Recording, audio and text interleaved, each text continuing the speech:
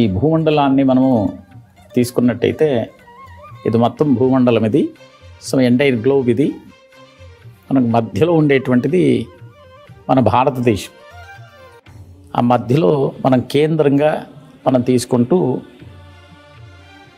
మనము మొత్తం ఆ భూమండలం గ్లోబల్ మొత్తం 8 పాయింట్స్ని ఫిక్స్ చేశాం. సో మన సనాతన ధర్మంలో సో భూమండలం మొత్తం చుట్టూ అష్టదిక్పాలకులు ఉంటారు. సో ముందుగా దాన్ని పాయింట్అవుట్ చేశాం. సో మనము ఉదాహరణకి సో మధ్యలో మనకి భారతదేశం, దాంట్లో అయోధ్య, అక్కడి నుంచి మనం ప్రారంభిస్తున్నాం ఈ ఒక యాత్ర. అక్కడ మనం ఆదిత్యాది నవగ్రహాలు మనం చూసినట్టయితే సో మధ్యలో సూర్య భగవానుడు ఉంటాడు.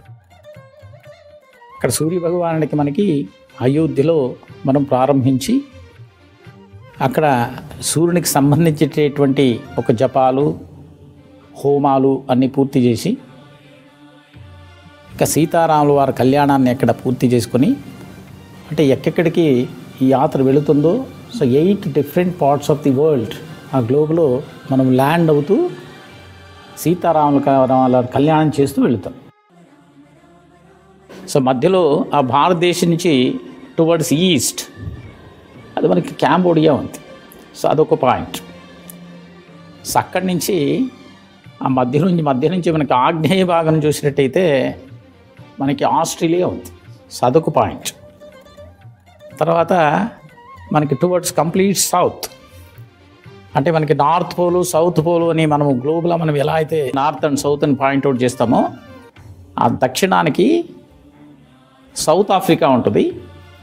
అక్కడి నుంచి మనకి నైరుత్యానికి అర్జెంటీనా, పశ్చిమానికి కాలిఫోర్నియా, వాయువ్యానికి అలాస్కా, ఉత్తరానికి ఐస్లాండ్, ఈశాన్యానికి జపాన్. ఇవి మొత్తం 8 పాయింట్స్ అమ్మా. ఈ 8 పాయింట్స్లో మనం ల్యాండ్ అవుతూ ప్రతి ఒక్క పాయింట్లో మనం పూజలు చేస్తూ ముందుకెళ్ళాం.